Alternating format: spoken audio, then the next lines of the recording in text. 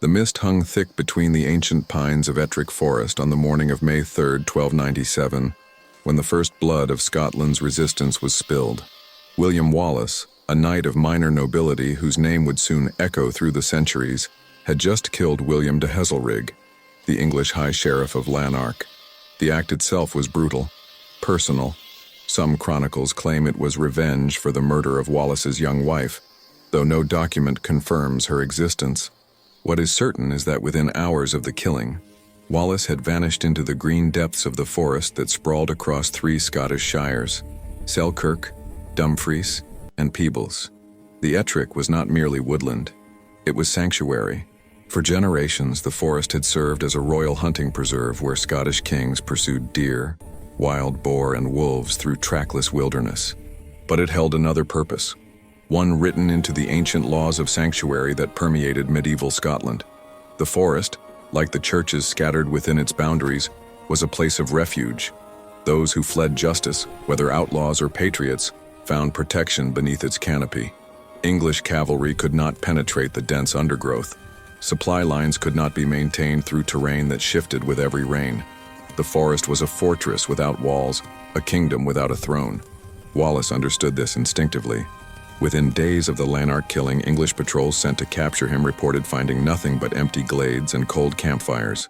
Yet the raids continued. Scone was attacked. English garrisons between the Forth and Tay fell to coordinated strikes that appeared without warning and dissolved before reinforcements could arrive. The pattern suggested not a single band of rebels but a network, a system of communication, supply, and intelligence that operated in the shadows of the Great Forest. Contemporary accounts, sparse and often written by English chroniclers eager to diminish Scottish resistance, mention Wallace's large company in the forest of Selkirk. They do not specify who these men were. No muster rolls survive. No lists of names document the early resistance. What remains are fragments. A payment record here mentioning supplies delivered to certain persons in the wood, a monastery ledger there noting bread and ale given to travelers seeking sanctuary. The English knew Wallace was in the forest. They could not find him.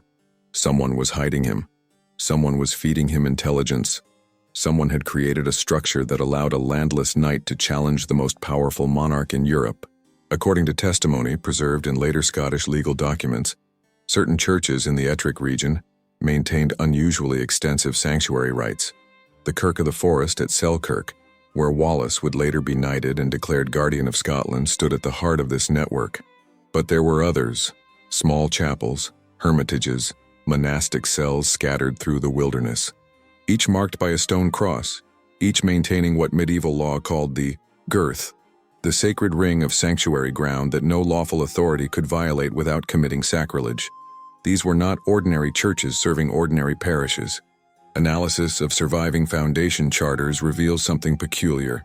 Several were established not by bishops or wealthy nobles, but by military orders. Knights returned from the Crusades who had been granted lands for their service. The Hospitallers held properties in the region. The Templars, before their suppression, had maintained commanderies within a day's ride of the forest. And there were others, smaller orders whose names appear in documents only as marginal notes. The Brothers of the Wood, the Watchers, those who keep the old paths. On the evening Wallace disappeared into Ettrick Forest after the Lanark killing, witnesses in Selkirk reported seeing men moving through the streets. Not soldiers, not townsmen, but figures in dark cloaks who carried no insignia, but moved with military precision. By dawn they were gone. So was Wallace. And across southern Scotland, the English grip on the country began, for the first time, to slip. What happened in those weeks between May and September of 1297, when Wallace and Andrew Moray would join forces to annihilate an English army at Stirling Bridge, remains obscure. The documentary record falls silent. It is a silence that has persisted for 7 centuries. A gap in history where something significant occurred, something that transformed a minor knight and alleged outlaw into the Guardian of Scotland. The forest kept Wallace's secret. The question that has haunted historians ever since is, who else was keeping it with him? To understand the network that sheltered Wallace, one must first comprehend the Scotland he was fighting for, and the Scotland that had been lost. When King Alexander III fell from his horse on a storm-lashed clifftop in March 1286, He took with him the stability of a generation. His death left Scotland without a clear heir, triggering the succession crisis known as the Great Cause. 13 claimants vied for the crown. The Scottish nobles, unable to decide among themselves, made a catastrophic choice. They invited King Edward I of England to arbitrate. Edward, called Longshanks for his towering height and the Hammer of the Scots for his brutality, saw not arbitration but opportunity. He chose John Balliol as king, but John was king in name only, a puppet who swore fealty to Edward and governed at English sufferance. When the Scottish nobles grew tired of humiliation and negotiated a treaty with France in 1295, Edward's response was merciless. In 1296, English armies sacked Berwick, slaughtering thousands. At the Battle of Dunbar, the Scottish army was routed. King John Balliol was stripped of his royal insignia, imprisoned, and Scotland became, in English eyes, a conquered province. The occupation that followed was systematic. English sheriffs replaced Scottish administrators. Castles were garrisoned with English troops. The stone of destiny, on which Scottish kings had been crowned since time immemorial, was seized and taken to Westminster. Every landowner in Scotland was forced to sign the Ragman Rolls, documents swearing allegiance to Edward, or face forfeiture and death. Among the signatures was that of Alan Wallace, father of William. It was submission or destruction, and most chose submission. But submission bred resentment, and resentment breeds resistance. By 1297, scattered uprisings were erupting across Scotland. In the north, Andrew Moray led a successful rebellion that liberated much of the Highlands. In the southwest, several nobles, William Douglas, Robert Wishart, Bishop of Glasgow, were openly defying English authority. Yet these were traditional powers, men with armies and castles. Wallace was different. He commanded no castle. He held no significant lands. His authority came not from lineage but from something else, from his ability to appear where the English did not expect him, to strike and vanish, to survive when, by all accounts, he should have been captured and hanged weeks after Lanark. The mystery deepens when one examines the geography of Wallace's operations. Ettrick Forest was not a single unified wilderness but a patchwork of ownership.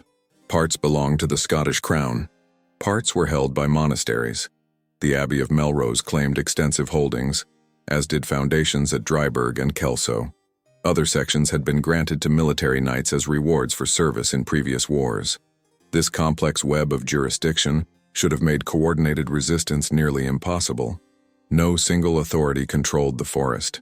Yet Wallace moved through it as if following known paths, finding shelter where English patrols found only impassable terrain. Monastic records from the period show unusual activity. A cartulary from Melrose Abbey dating to 1297 contains a gap, 3 months where entries cease entirely.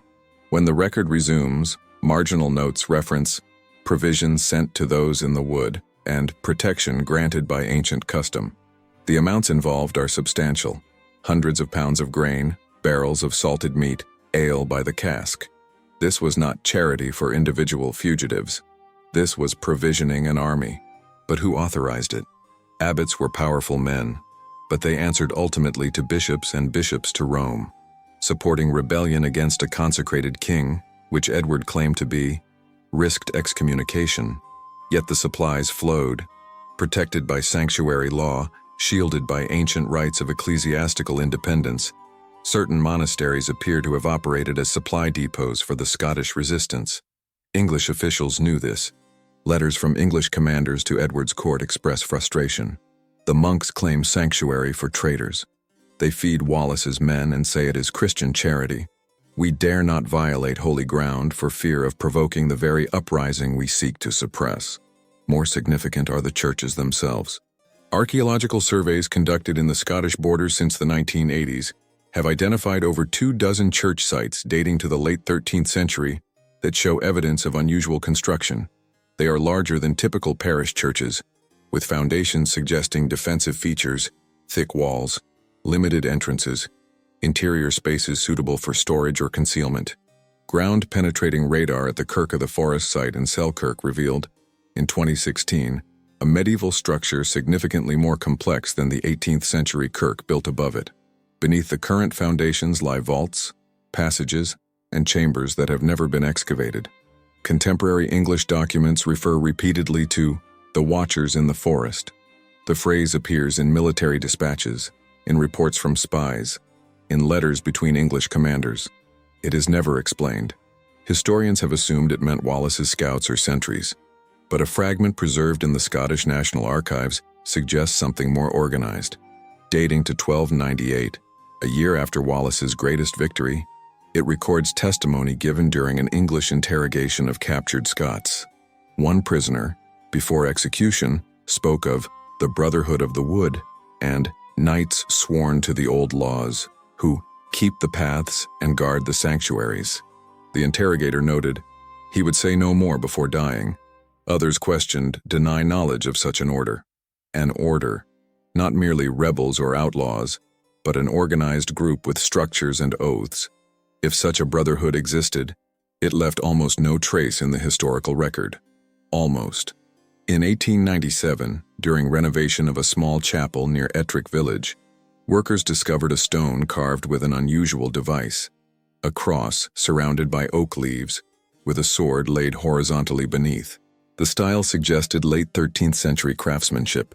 The symbol appears nowhere else in Scottish heraldry. The stone was catalogued, photographed, and placed in storage. During World War II, the collection was relocated. The stone has never been found. What survives are questions. Who moved supplies through the forest? Who maintained the intelligence network that warned Wallace of English movements? Who knew the hidden paths that allowed small companies of armed men to traverse terrain English cavalry could not penetrate? And why? When Wallace emerged from the forest to face the English at Stirling Bridge, did he command an army that fought with the discipline and coordination of professional soldiers, despite having no formal military training that any chronicle records? The answer may lie not in what history preserved, but in what was deliberately concealed. A network of protection that operated in the shadows, that followed rules older than kings, and that understood one fundamental truth: whoever controlled the forest controlled the future of Scotland. In April 2016, archaeologists working in Selkirk made a discovery that would force historians to reconsider everything they thought they knew about William Wallace's resistance. A geophysical survey commissioned by Scottish Borders Council, intended simply to locate the foundations of a 16th century church, instead revealed something far older and far more complex. The site was the Auld Kirk, the old church of Selkirk, standing in ruins since the 18th century. Local tradition had long maintained that this was the location of the Kirk of the Forest, the medieval chapel where Wallace was knighted in late 1297 and declared guardian of Scotland. But evidence had been scarce. Churches had been built, demolished, and rebuilt on the same spot for centuries. The medieval structure, if it existed, was presumed lost beneath later foundations. The University of Durham's ground-penetrating radar revealed otherwise. Beneath the 18th century ruins lay not the expected 16th century church, but a substantial medieval building dated by architectural style to the late 13th century. More significantly, the survey detected underground chambers, vaulted spaces that should not exist in a simple parish church. According to specialist analysis of the radar imagery, these vaults extended beyond the church's visible footprint, suggesting a network of cellars or passages radiating outward from the structure. Excavation was prohibited. The site is a consecrated graveyard still in use, and Scottish heritage law restricts invasive archaeology in such locations. But the survey data was conclusive. Whatever stood on this spot in Wallace's time was no ordinary church. The dimensions, the underground construction, the complexity of the foundation patterns, all suggested a structure built for purposes beyond simple worship. Similar discoveries followed. In 2017, researchers examining manuscript collections at the National Library of Scotland identified a previously uncatalogued document among papers donated by a Borders family estate. The manuscript, written in medieval Latin with Middle Scots marginalia, dated to approximately 1300, within 5 years of Wallace's execution. It purports to be a charter establishing the Brotherhood of St. Andrew in the Wood, granting them sanctuary rights at 7 churches in the forest of Ettrick, and such lands as are necessary for their maintenance. The charter names no specific individuals.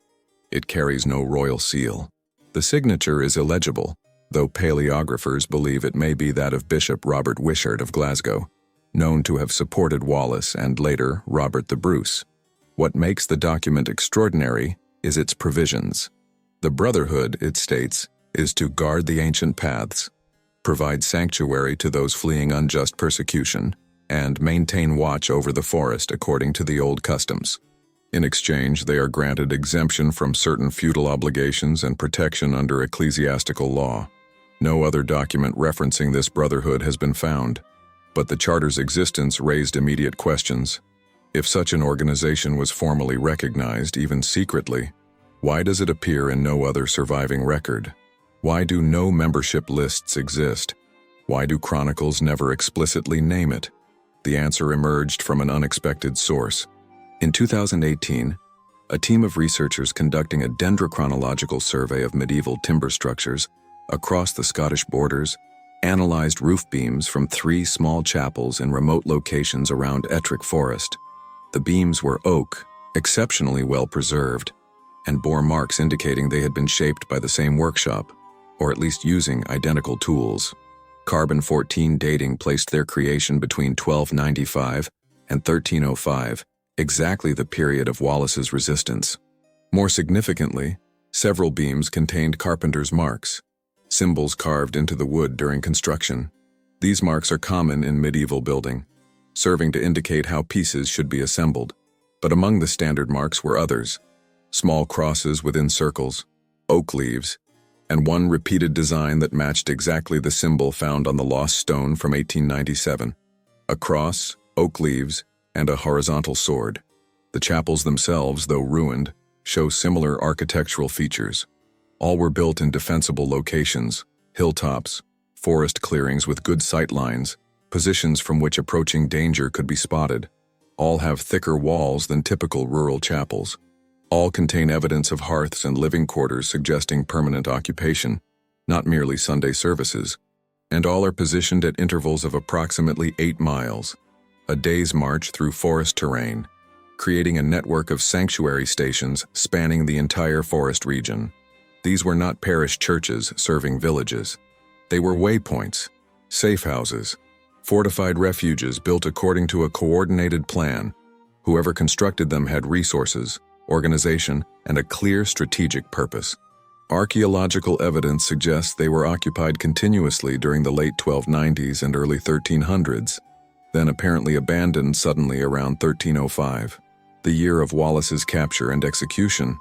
In 2019, historians cross-referenced monastic cartularies from Melrose, Jedburgh, Kelso, and Dryburgh abbeys, looking for patterns in land grants, donations, and provisions during the resistance period. What they found was a sophisticated accounting system disguised as ordinary ecclesiastical business. Entries that appeared to record routine agricultural transactions. So many bushels of wheat delivered here, so many barrels of ale stored there, aligned precisely with the locations of the forest chapels and the known movements of Wallace's forces. One entry is particularly revealing. Dated September 10, 1297, the day before the Battle of Stirling Bridge, the Melrose Cartulary records the delivery of provisions for the brothers in the wood as they journey north. The quantity matches what would be needed to feed approximately 300 men for 3 days. Wallace's army at Stirling was estimated at around 6,000 total, but his immediate household guard, the corps force he commanded directly, was approximately 300 mounted men. Further analysis revealed coded language throughout the documents. References to pilgrims correlate with military movements. Sanctuary granted appears consistently 2 to 3 days before English forces report ambushes or raids. Brothers departed matches periods when Wallace's forces seemed to vanish, only to reappear elsewhere days later. The monks were not merely supporting the resistance, they were coordinating it, providing intelligence, communications, and logistics through a network that English authorities never fully penetrated. The most compelling evidence came from an unexpected archaeological discovery in 2020. During road construction near Selkirk, workers uncovered a burial ground that carbon dating placed in the late 13th or early 14th century. The site had no associated church, no village, no obvious reason for its existence, but it contained 37 graves, and the bodies told a story. All were male, aged between 20 and 45. All showed signs of healed injuries consistent with military training or combat, broken bones properly set, sword wounds that had scarred over. Several skeletons displayed evidence of violent death, blade strikes to vital areas, trauma from arrows. But what shocked forensic archaeologists was the uniformity of burial practice. All bodies were oriented identically. All graves were the same depth. All contained identical grave goods: a simple iron knife, a wooden cross, and in 3 cases fragments of leather bearing tooled designs that matched the carpenter's marks from the chapel timbers. These were not peasants, not ordinary soldiers, not nobles with family burial plots. They were men who died fighting and were buried together according to a common ritual, by people who knew exactly what they were doing. Isotope analysis of teeth suggested several were not Scottish by birth, but had spent their final years in the Borders region. They had come from elsewhere, England perhaps, or the continent, and died in Scotland's forests. One grave contained something else: a lead seal, the type used to authenticate documents. Corroded beyond full legibility, enough remains to suggest it bore ecclesiastical rather than royal symbolism. Seals of this type were typically used by bishops or abbots to certify official church business. What was it doing in an unmarked grave in an unconsecrated cemetery in the middle of nowhere? Historians now understand that they are looking at the physical remains of something that official history tried to erase. A brotherhood, a network, an order of men who protected Wallace, who moved through the forest according to ancient paths, who answered to laws older than any English king. They left almost nothing for us to find. No grand monuments, no written chronicles, no rolls of membership. They were designed to be invisible, to operate in shadows, to vanish when threatened. But they existed. The ground proves it. The stones prove it. The documents, when read carefully, prove it. What remains to be discovered is the full extent of their organization, the depth of their influence, and the answer to the question that has haunted this investigation from the beginning. Did the Brotherhood of the Forest survive Wallace's death? And if so, where did they go? Reconstructing the operations of Wallace's forest network requires piecing together evidence from sources never intended to be read as a coherent whole. English military records, Scottish monastic accounts, legal documents, architectural surveys, and archaeological sites. Each provides fragments of a larger pattern. When analyzed systematically, a timeline emerges that is both more complex and more organized than the traditional narrative of spontaneous rebellion. The sequence begins not in May 1297 with the killing of Sheriff Haselrig, but months earlier. English administrative records from late 1296 and early 1297 note increasing difficulty maintaining order in the Scottish borders. Reports speak of men gathering in the forest, supply convoys going missing, and messengers who disappeared while traveling between garrisons. These incidents were attributed to common banditry, the sort of lawlessness English officials expected in occupied territory. But the pattern was not random. Analysis of incident locations shows that attacks occurred predominantly along specific routes: roads connecting English garrison towns, supply lines between castles, paths used by English patrols. Meanwhile, certain routes went unmolested, specifically those used by Scottish merchants traveling to and from monasteries and paths leading to churches known for maintaining sanctuary rites. Someone was selectively targeting English military movements while preserving civilian and ecclesiastical traffic. By March 1297, English commanders were noting in dispatches that Scottish movements through the forest appeared coordinated. A letter from Sir Henry de Percy to King Edward, preserved in the English National Archives, complains that the Scots know our movements before we make them. They vanish when we advance and appear where we are not. It is as if they watch from the trees themselves and communicate by means we cannot intercept. The communication system Percy couldn't identify likely operated through the churches. Medieval church bells served multiple purposes beyond calling the faithful to prayer. Specific patterns of ringing conveyed different messages: fire, flood, enemy approach, assembly required.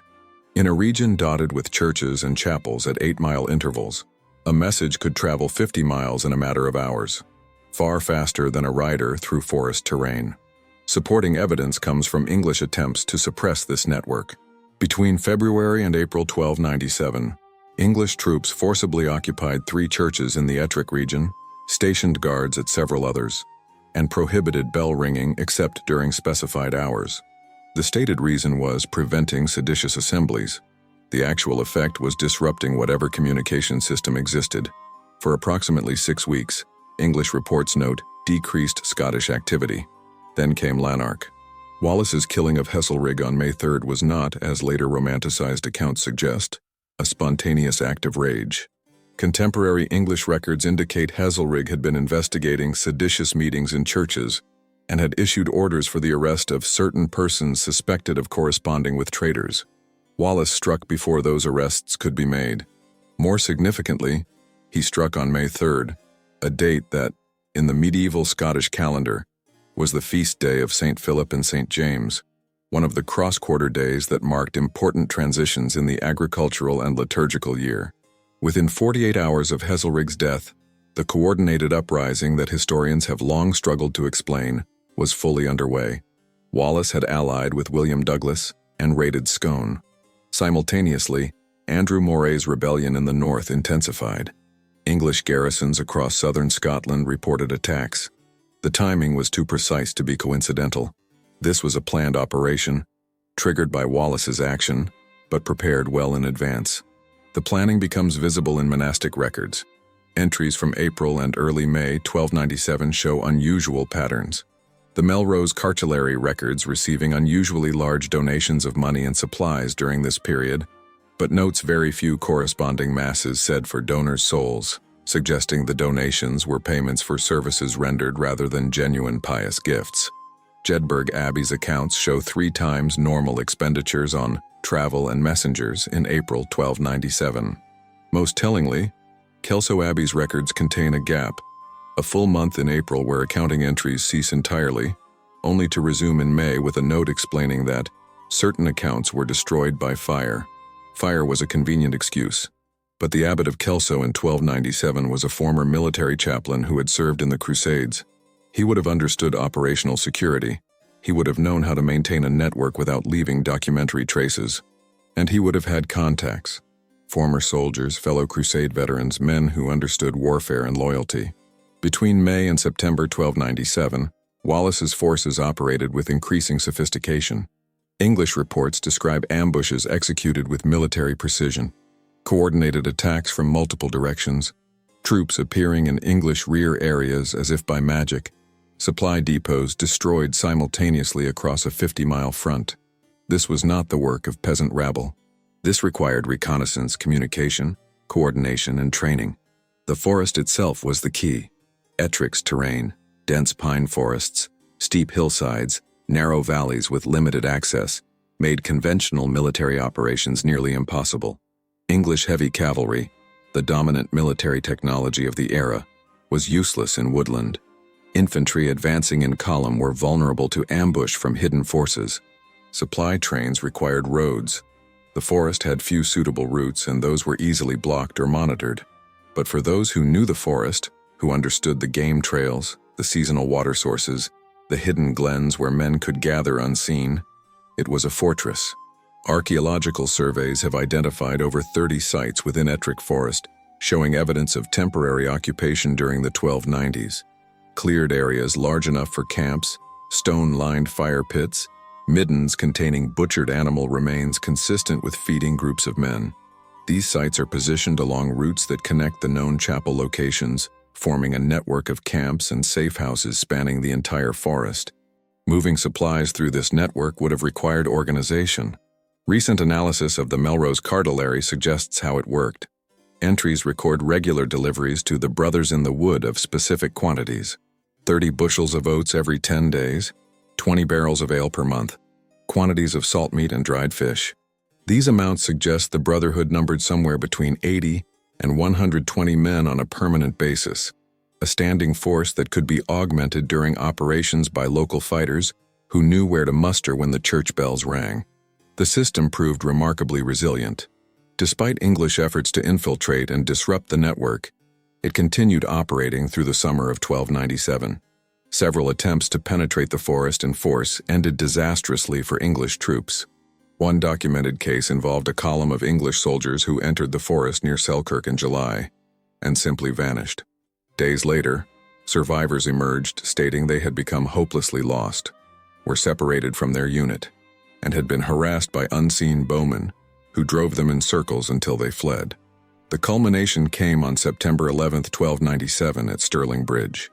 Wallace had emerged from the forest, joined forces with Andrew Moray, and positioned his army to face the English in open battle.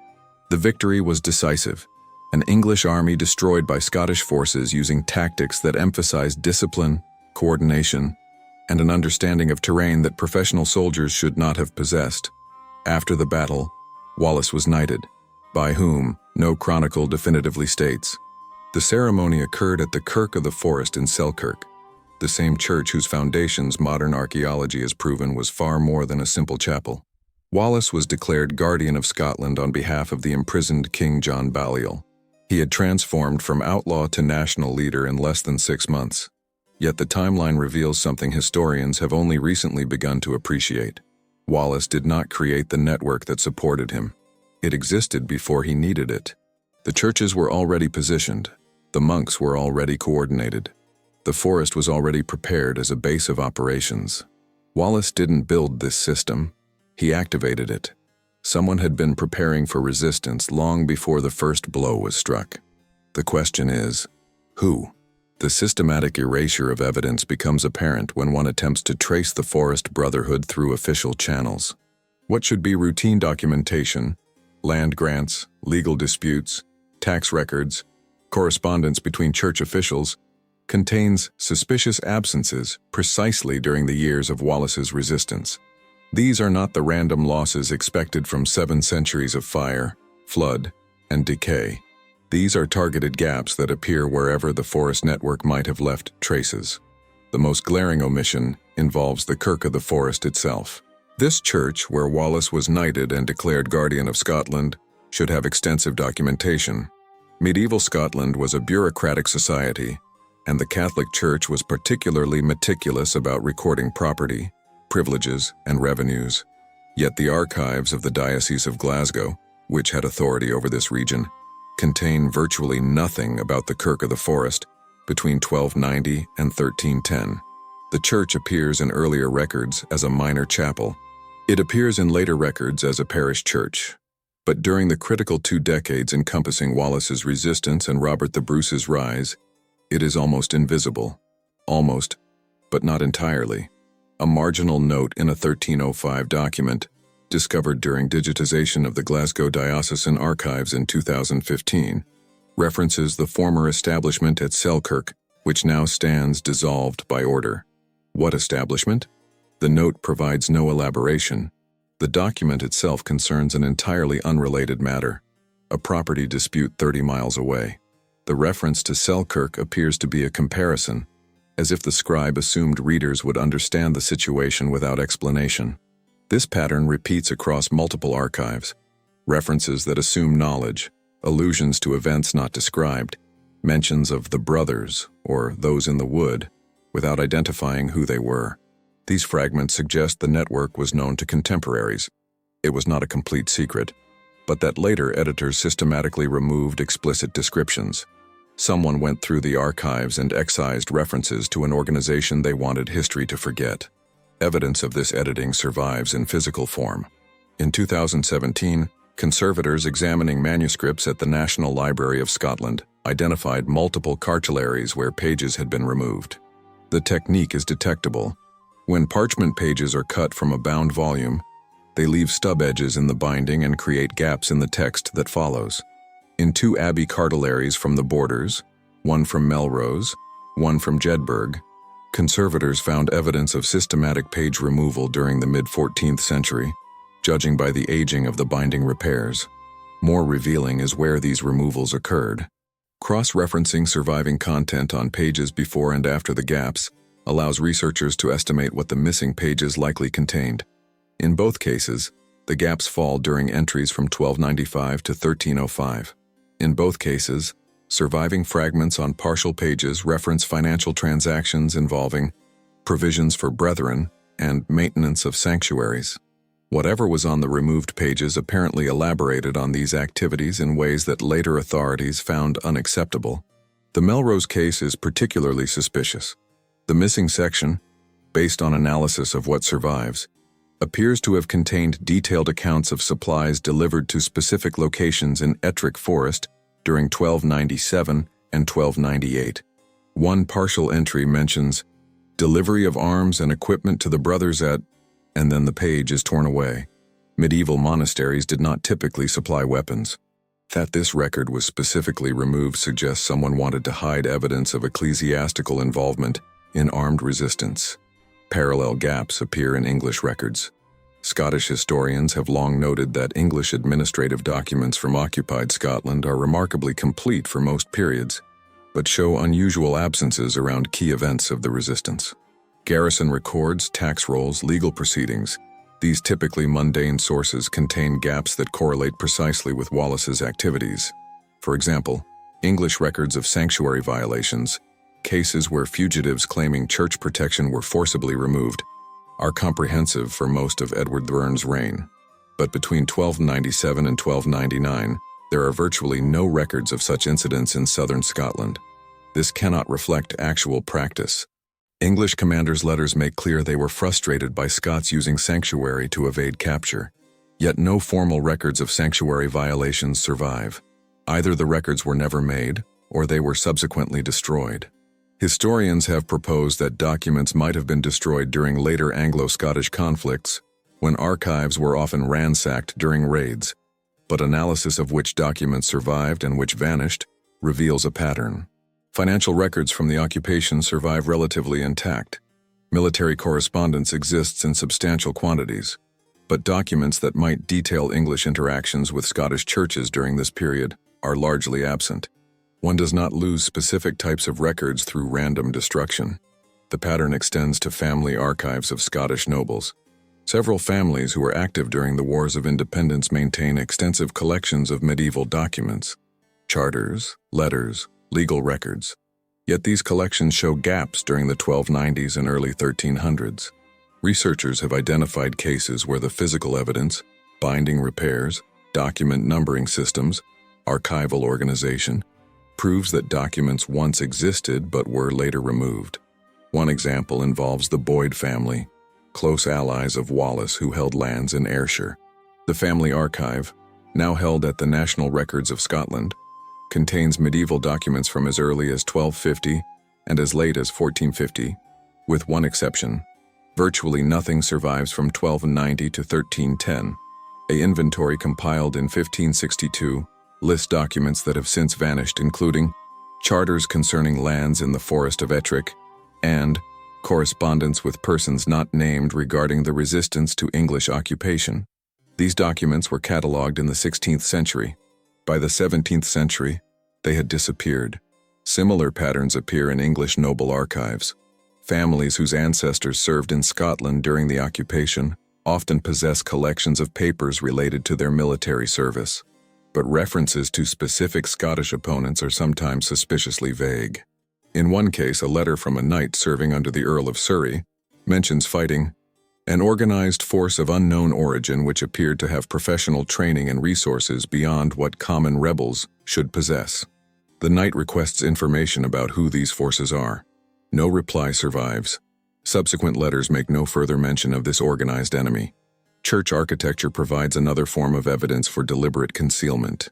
Archaeological surveys have identified approximately 15 medieval church buildings in the Scottish borders that were substantially modified during the early 14th century. In most cases, the modifications involved blocking doorways, filling in underground chambers, or altering floor plans to obscure original layouts. These changes occurred within a generation of the church's construction, which is highly unusual. Medieval buildings were expensive. Substantial modifications within decades suggest not decay but deliberate alteration. At 3 sites, the modifications specifically involved sealing crypts or cellars. In one case, the blocked chamber was rediscovered during 19th century renovations and found to contain nothing.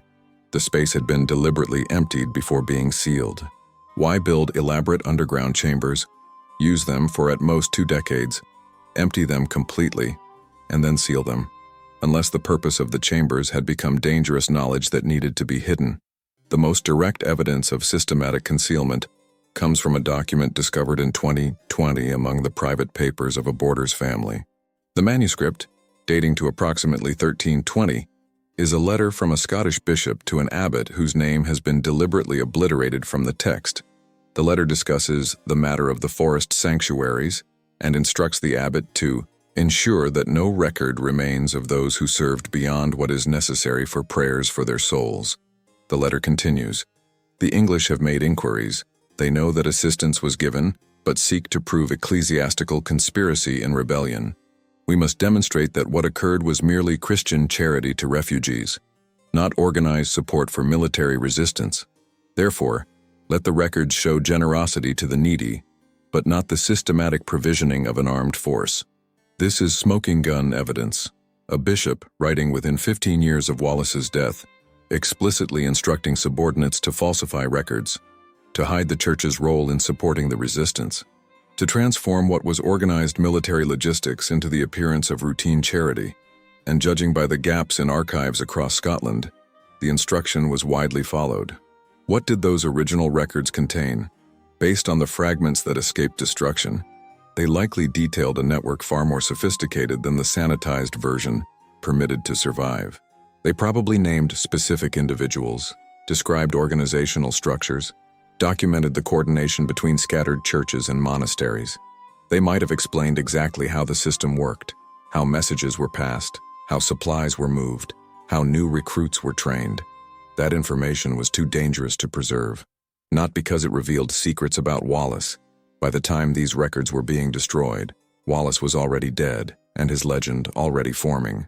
The danger lay in revealing that the Catholic Church in Scotland had systematically supported armed rebellion against a Christian king, that bishops and abbots had coordinated military operations, that sanctuary rites, supposedly sacred and neutral, had been weaponized as tools of war.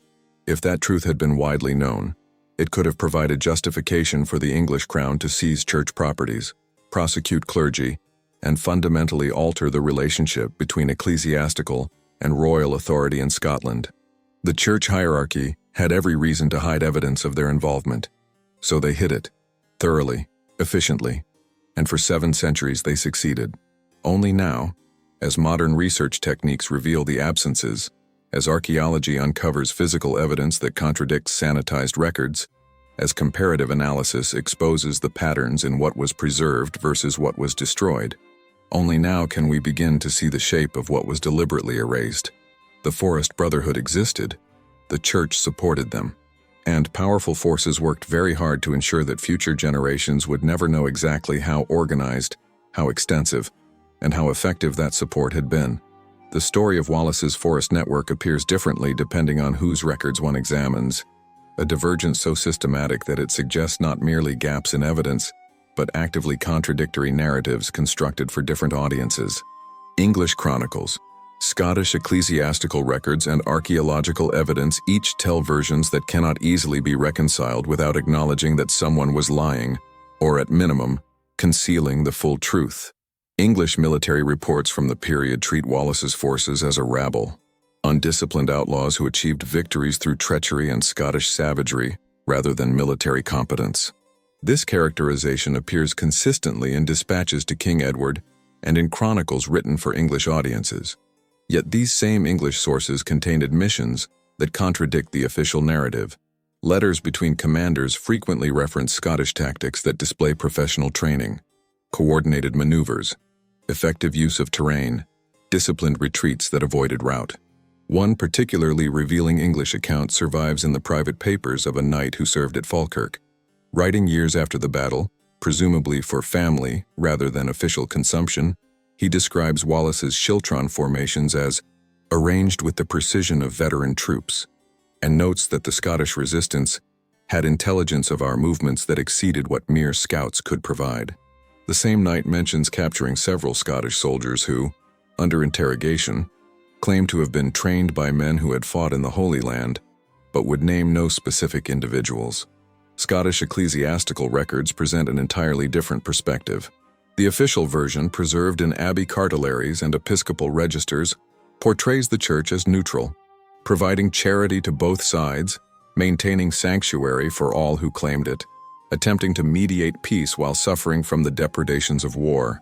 These records meticulously document the cost of the conflict: churches burned, monasteries looted, clergy caught between opposing armies.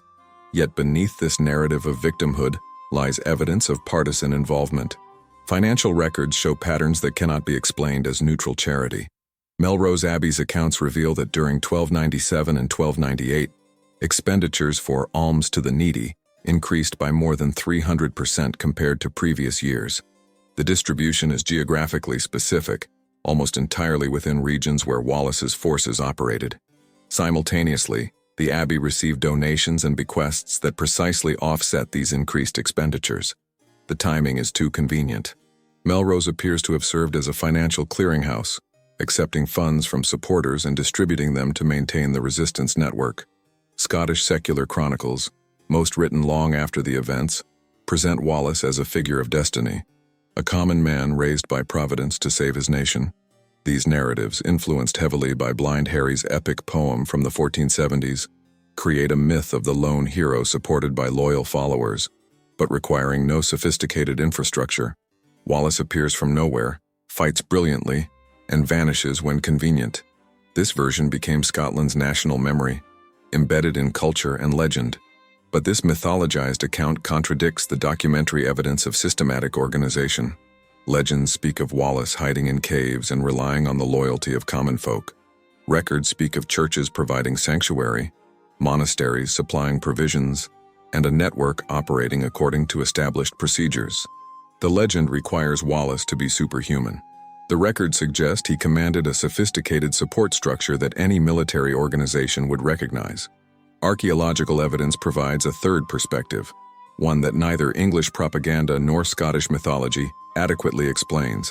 The physical remains, the fortified chapels, the coordinated construction, the network of camps and safe houses, demonstrate planning and resources that go beyond what either spontaneous rebellion or simple ecclesiastical charity could produce.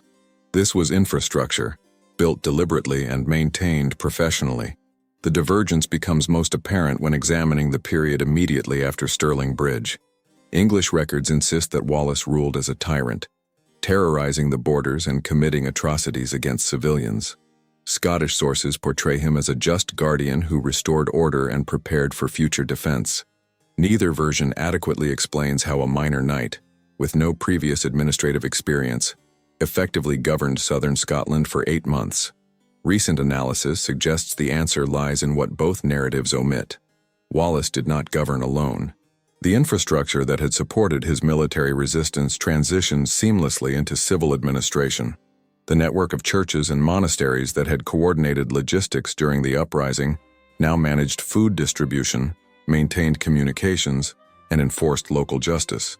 Wallace provided leadership and legitimacy, but the actual machinery of governance operated through structures that predated his rise and would survive his fall. Evidence for this appears in legal records from the brief period of Wallace's guardianship. Charters issued in Wallace's name show a consistent administrative style and use formulaic language that suggests trained scribes. Several charters concern property disputes resolved in consultation with the clergy of the region, phrasing that indicates ecclesiastical authorities played an active advisory role. One charter explicitly mentions decisions being made at a council held at the Kirk of the Forest, confirming that this church served as an administrative center, not merely a religious site. The divergent narratives also appear in accounts of Wallace's downfall. English sources treat his defeat at Falkirk as the inevitable triumph of superior forces over rebel inadequacy. Scottish sources portray it as tragic betrayal, with Scottish nobles failing to support Wallace at the crucial moment. Both miss the deeper story visible in military analysis. Wallace's position at Falkirk was strategically sound. His forces were well positioned, the Shiltron formations initially held against English cavalry charges. What destroyed the Scottish army was not tactical incompetence but English longbow superiority, a weapon Wallace's intelligence network had apparently underestimated. More significantly, the Scottish cavalry fled the field without engaging, leaving the infantry exposed.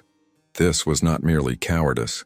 Several Scottish nobles commanding that cavalry had never fully supported Wallace's leadership, resenting that a man of lower status wielded authority they believed should be theirs. The fragmentation of Scottish support reveals the forest network's limitations. It could hide Wallace, supply his forces, coordinate resistance in the shadows, but it could not compel the Scottish nobility to unity. That required political legitimacy Wallace never fully possessed. He was guardian by acclamation, but not by the traditional rules of Scottish noble hierarchy. When nobles who had sworn support chose instead to preserve their own forces, the network could not prevent the betrayal. After Falkirk, the English narrative declares Wallace finished, a defeated rebel who spent years in futile resistance before inevitable capture. The Scottish narrative transforms him into a tragic figure, wandering Europe seeking aid that never came. Both versions diminish what actually occurred between 1298 and 1305.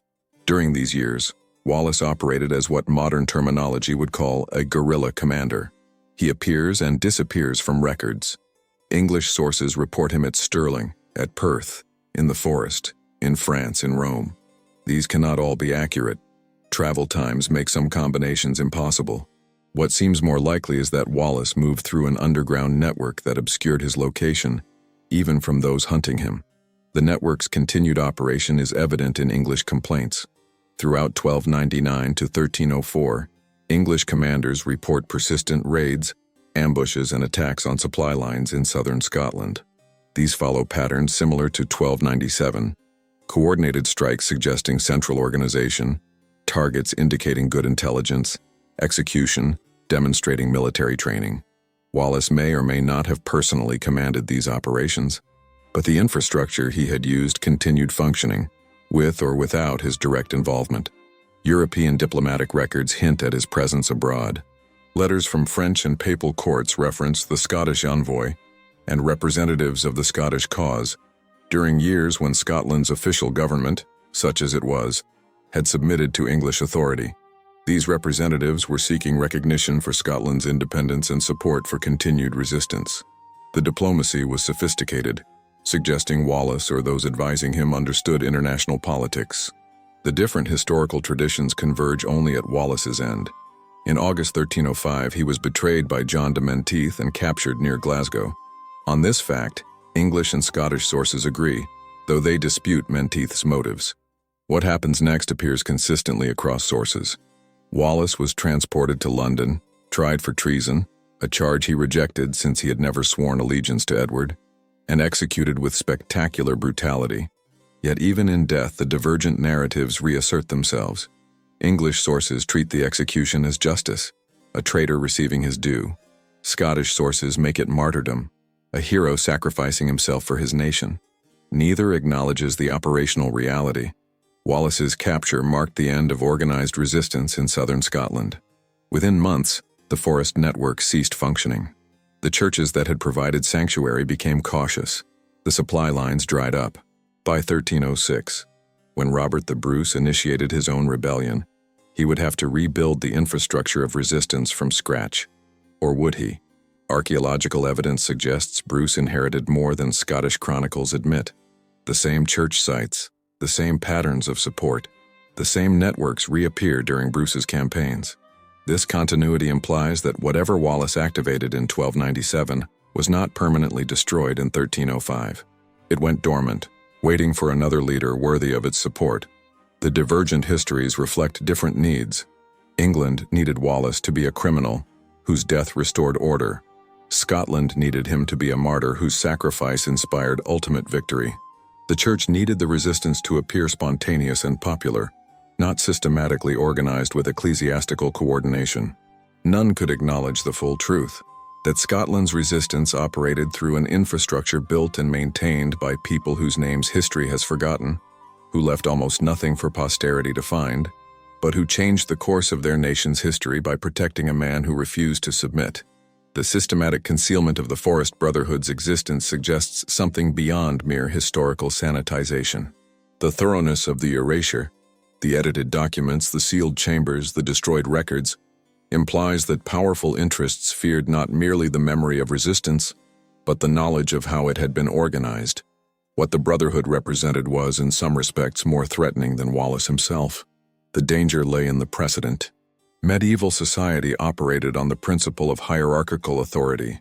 Kings ruled by divine right, nobles commanded by blood and feudal obligation, the church mediated between heaven and earth.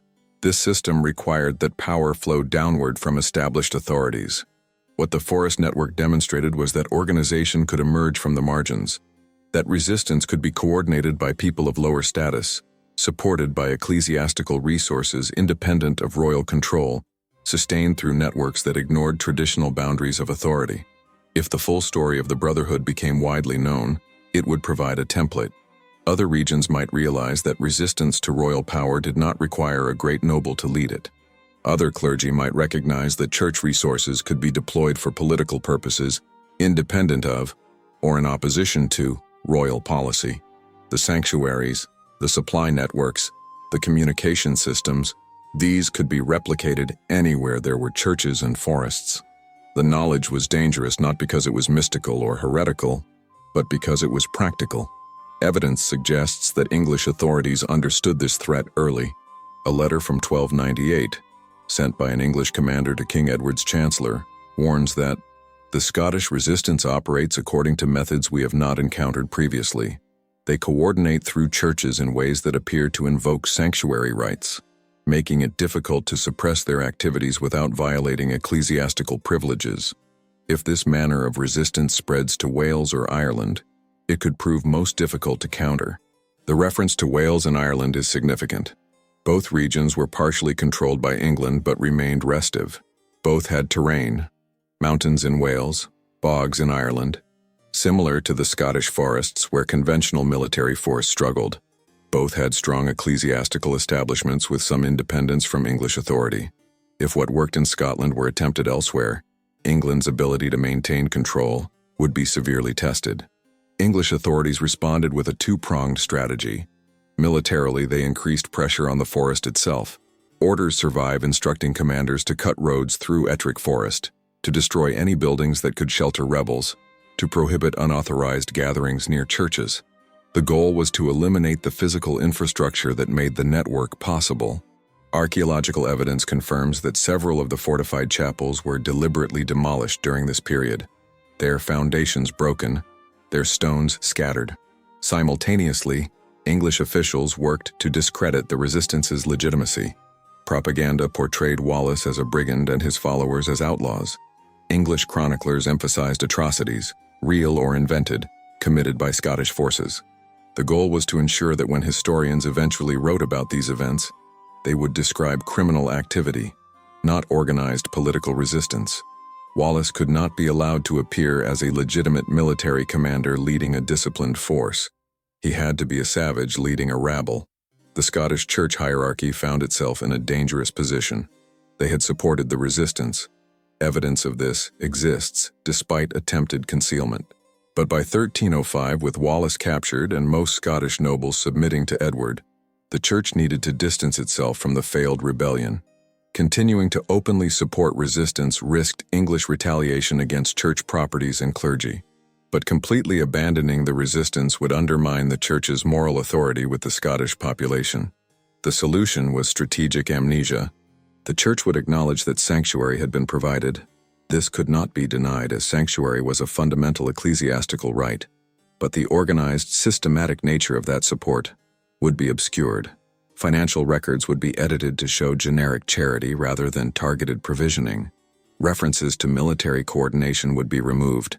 The narrative would become, the church provided spiritual guidance and humanitarian aid, but took no role in military operations. This required active cooperation from church officials at multiple levels. The evidence of widespread document editing, the missing pages, the altered entries, the suspicious gaps, demonstrates that this was not random loss but coordinated suppression. Instructions must have been passed down through ecclesiastical hierarchy. Certain records were to be preserved, others destroyed or altered. The consistency of the pattern across different abbeys and dioceses proves this was policy, not individual choice. What specific knowledge was being suppressed? Based on the fragments that survived, several categories of information were systematically removed. Names of individuals who coordinated the network, detailed descriptions of communication and supply systems, evidence of advanced planning before the resistance began. documentation of military training provided to Scottish forces, records of diplomatic contacts with foreign powers who might have supported the rebellion, and financial accounting that would reveal the scale of church involvement. Each of these categories represented dangerous knowledge in different ways. Names would allow English authorities to prosecute specific individuals for treason. Systematic descriptions would provide templates that could be replicated elsewhere. Evidence of advanced planning would suggest conspiracy rather than spontaneous reaction to oppression. Military training would indicate that the resistance was more professional than official narratives claimed. Foreign contacts would raise fears of international conspiracy. Financial records would prove institutional church support rather than individual clerical sympathy. The suppression was not entirely successful. Too many people knew too much, and complete erasure proved impossible. What remained were hints, fragments, and patterns that suggested a larger truth. These traces allowed later researchers to begin reconstructing what had been hidden, but without sufficient detail to fully understand how the system operated. Interestingly, some knowledge appears to have been deliberately preserved in encoded form. The symbols carved into church stones, the carpenter's marks on timber, the architectural features of the fortified chapels. These contain information, but information that requires context to interpret. Someone ensured that the physical evidence survived, even as written records were destroyed. This suggests internal disagreement among church authorities about whether the history should be completely erased or merely obscured. The pattern of selective preservation points to specific individuals who resisted the general policy of suppression. Several Scottish bishops who held office during and immediately after the resistance later became supporters of Robert the Bruce's successful rebellion. These men would have understood the value of preserving institutional memory about effective resistance methods, even if that memory had to be hidden from immediate scrutiny. By encoding knowledge in physical structures and symbols, they created a record that could survive document destruction, but would only be meaningful to those who knew what they were looking at. This encoded preservation has allowed modern researchers to piece together more than the suppressors intended. Archaeological surveys can detect the network of fortified chapels, even though written records were destroyed. Architectural analysis reveals construction patterns indicating coordinated planning. Artifact studies identify tool marks and craft techniques that prove professional rather than improvised construction. The physical evidence contradicts the sanitized narrative in ways that cannot be entirely explained away. Perhaps the most significant suppression involved the fate of the Brotherhood after Wallace's death. English records insist the resistance ended with Wallace's capture. Scottish chronicles suggest his followers scattered, some joining Robert the Bruce's later rebellion, others disappearing into obscurity. Neither version accounts for the evidence of continued organized activity in the forest region between 1305 and 1306. English military reports from this period note ongoing security problems in southern Scotland, raids, ambushes, attacks on supply convoys, despite Wallace being dead and most Scottish nobles having submitted. These incidents follow familiar patterns, but are attributed to bandits and common criminals, rather than organized resistance. The language has changed, but the activities described are identical to what had been called rebellion when Wallace lived. This recharacterization served multiple purposes. It allowed English authorities to claim victory over the resistance while explaining away continued problems. It denied legitimacy to Scottish actions by labeling them criminal rather than political, and it obscured the continuity between Wallace's network and whatever organization persisted after his death. If the resistance could be portrayed as fragmenting into banditry, it would seem less threatening than acknowledging that coordinated opposition continued. When Robert the Bruce launched his rebellion in 1306, he initially struggled. His forces were defeated, his supporters scattered, and he himself spent months as a fugitive. Yet by 1307, Bruce had regrouped and begun the military campaign that would ultimately win Scottish independence. Historians have debated how Bruce achieved this turnaround. The traditional explanation emphasizes his royal lineage and political legitimacy as a claimant to the Scottish throne, factors Wallace lacked. But Bruce's success also required infrastructure, safe houses, supply networks, intelligence about English movements, local knowledge of terrain. These are precisely the capabilities the Forest Brotherhood had developed. Bruce operated in many of the same regions where Wallace had found support. He used similar tactics, and he received backing from some of the same monasteries that had supported Wallace. The evidence suggests that Bruce inherited, co-opted, or rebuilt the network that Wallace had used. Whether it survived as a functioning organization during the gap year between Wallace's death and Bruce's rise, or whether Bruce had to reconstruct it from remnants and memory, remains unclear. What is clear is that Bruce's successful resistance depended on capabilities that could not be improvised from nothing. Someone had preserved the knowledge of how to organize, supply, and coordinate Scottish forces operating against English occupation.